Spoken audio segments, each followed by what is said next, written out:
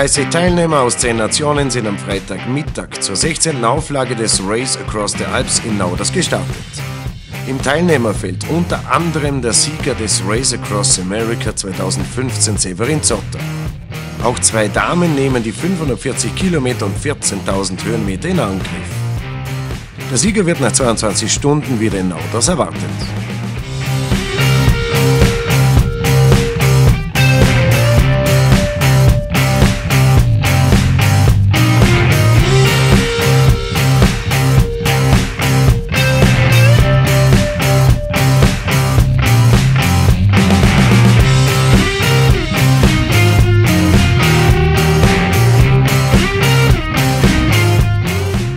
Ich muss eines sagen, es ist mit Abstand sicherlich das härteste Eintagesrennen, was wirklich hier geboten wird.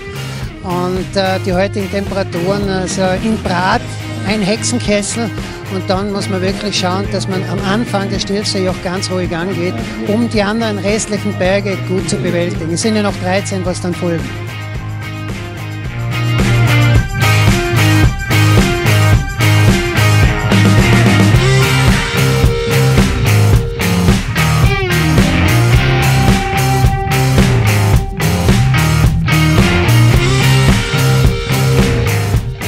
Beim Radler haben wir jedes Jahr Glück, dass eigentlich die Wetterbedingungen perfekt sind.